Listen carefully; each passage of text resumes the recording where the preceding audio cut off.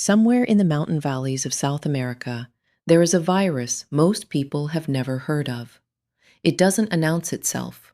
It begins quietly, a fever, some fatigue, what feels like any ordinary flu. But for some people, what started as something ordinary became something their lungs couldn't survive. And here's what made scientists stop and pay very close attention. Unlike most viruses in its family, this one raised a question that almost never gets asked about hantaviruses. Could it spread from person to person? The Andes hantavirus is a rare strain of hantavirus found primarily in South America, concentrated in Argentina and Chile. Like other hantaviruses, its primary host is a small rodent, the long-tailed pygmy rice rat.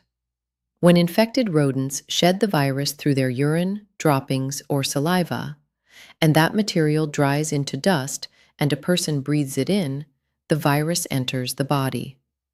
Most people who are exposed never get sick, but in some cases, in a fraction of exposures, the virus takes hold. And what happens next is what puts Andes hantavirus in a category of its own. It typically begins with what feels like the flu: fever, fatigue, muscle aches. Most people at this stage have no reason to think anything unusual is happening. But in severe cases, the virus moves toward the lungs. Fluid begins accumulating, a condition called Hantavirus Pulmonary Syndrome. Breathing becomes labored, then difficult, then, in serious cases, critically so. The window between "I feel unwell" and "I need emergency care" can be measured in hours.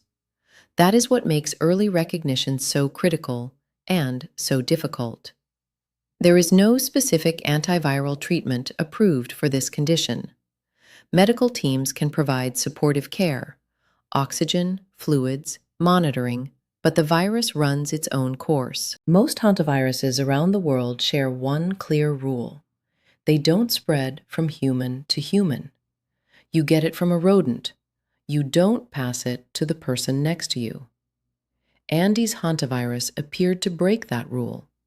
In isolated clusters, most notably in Argentina in the 1990s, researchers documented what looked like possible transmission between people in close contact. Scientists were cautious. They still are. This is not a virus spreading through cities. It is not an epidemic threat in the way many diseases are. But the pattern was unusual enough that researchers dedicated years to understanding it. And what they found suggested something rare, and still not fully explained: that under certain conditions of close, prolonged contact, this virus may do something its relatives cannot. Scientists continue studying exactly how and exactly when. If you live in or travel to regions where this virus is known to be present, southern South America, particularly rural Patagonia, awareness matters. The risk is rare, but it is not zero. Avoid disturbing rodent nesting areas without protection. When cleaning enclosed spaces, barns, cabins, storage rooms, ventilate first. Let fresh air move through for at least 30 minutes before entering. Wear gloves and a well-fitted mask if rodent droppings or signs of infestation are present. Don't sweep or vacuum dry material that may be contaminated.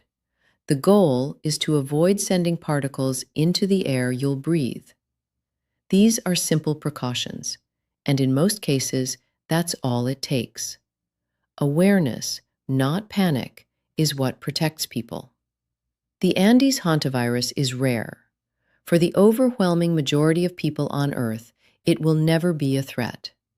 But it exists, quietly, in corners of the world that most people never visit, carried by creatures no larger than a palm.